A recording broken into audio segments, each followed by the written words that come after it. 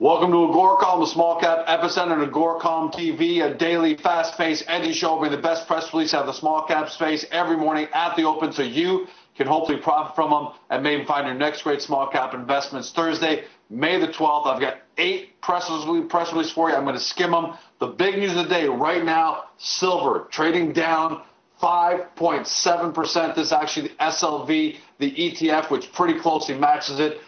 Getting crunched right now, 32.40 and falling. We may get a capitulation today. I'm a big believer that Thursday afternoons are big capitulation times as we get word going to the weekend. So watch this. There may be big opportunity. I've got $29 puts that are in the money right now, and I'll let you know what I'm going to do with them shortly. Let's get to the news right now.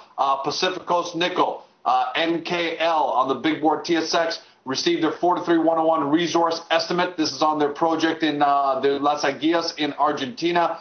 Summary, 3.264 million tons indicated, grading 0.67% nickel, and 1.339 million tons inferred, grading 0.59% nickel. Closed yesterday, 9 cents. That's why I like this. Market cap of just $3.6 million. With a 43-101 like that, something to definitely take a look at. 52-week range, 24 on the high, 3 on the low. A lot of margin there to move up once the resource starts to pick up again.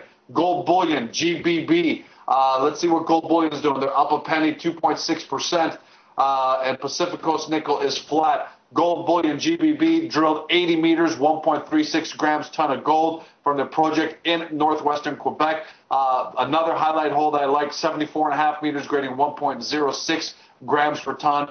Great drill results there. Closed yesterday 38 cents, just off its 52-week low of 35 and way off its high of 93. Resource companies have been getting crunched as of late. I'm looking at the Huey here. I'm looking at gold GLD. That's down 0.66%, so not as big as silver, but that would affect companies like gold bullion. Fjordland exploration, FEX.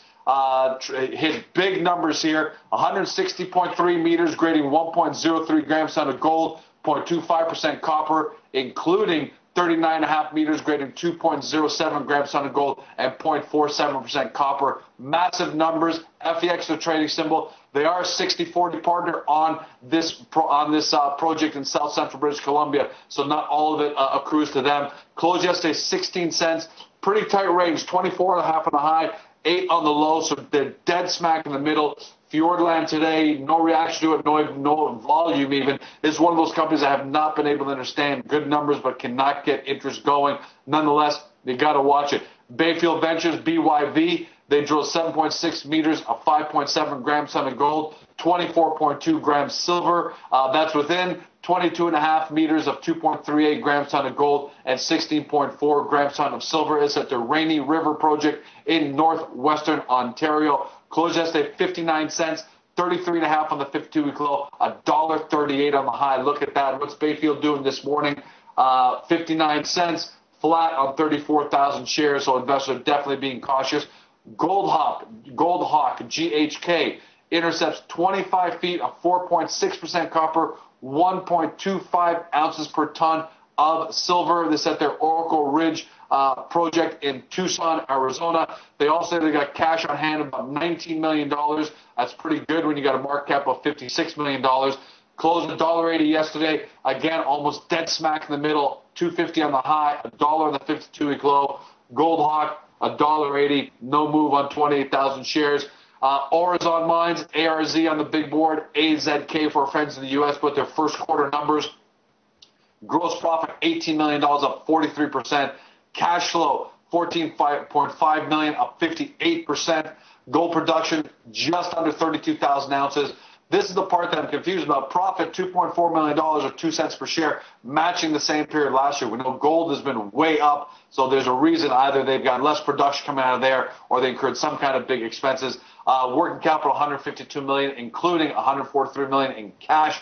$575 yesterday, $842 on the high, $442 on the low, and I don't have a quote for Aurizon Mines for you right now, but definitely off as a lot of gold companies are. Let's move over to China and some results. China TransInfo, CTFO, put out their first quarter numbers for March 31st, 2011. Revenues up 47% to $36.5 million. Net income up 68% to $3 million. Earnings per share up 54% to 12 cents per share. It's a pretty good number. If they extrapolate that, that's 48 cents for the year, and you can get a company trading at 10 times earning that's growing revenue and profits pretty quickly on the top and bottom line. 52-week range, 795 on the high, 413 on the low.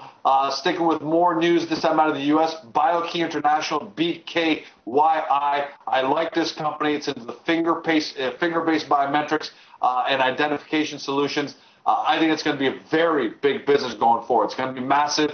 Put out their quarterly results for March 31st. Revenue, $1.4 million, up 44%.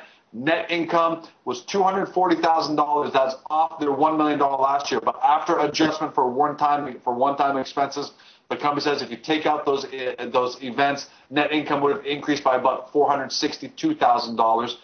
Gross margin, 92% versus 89%. That's huge.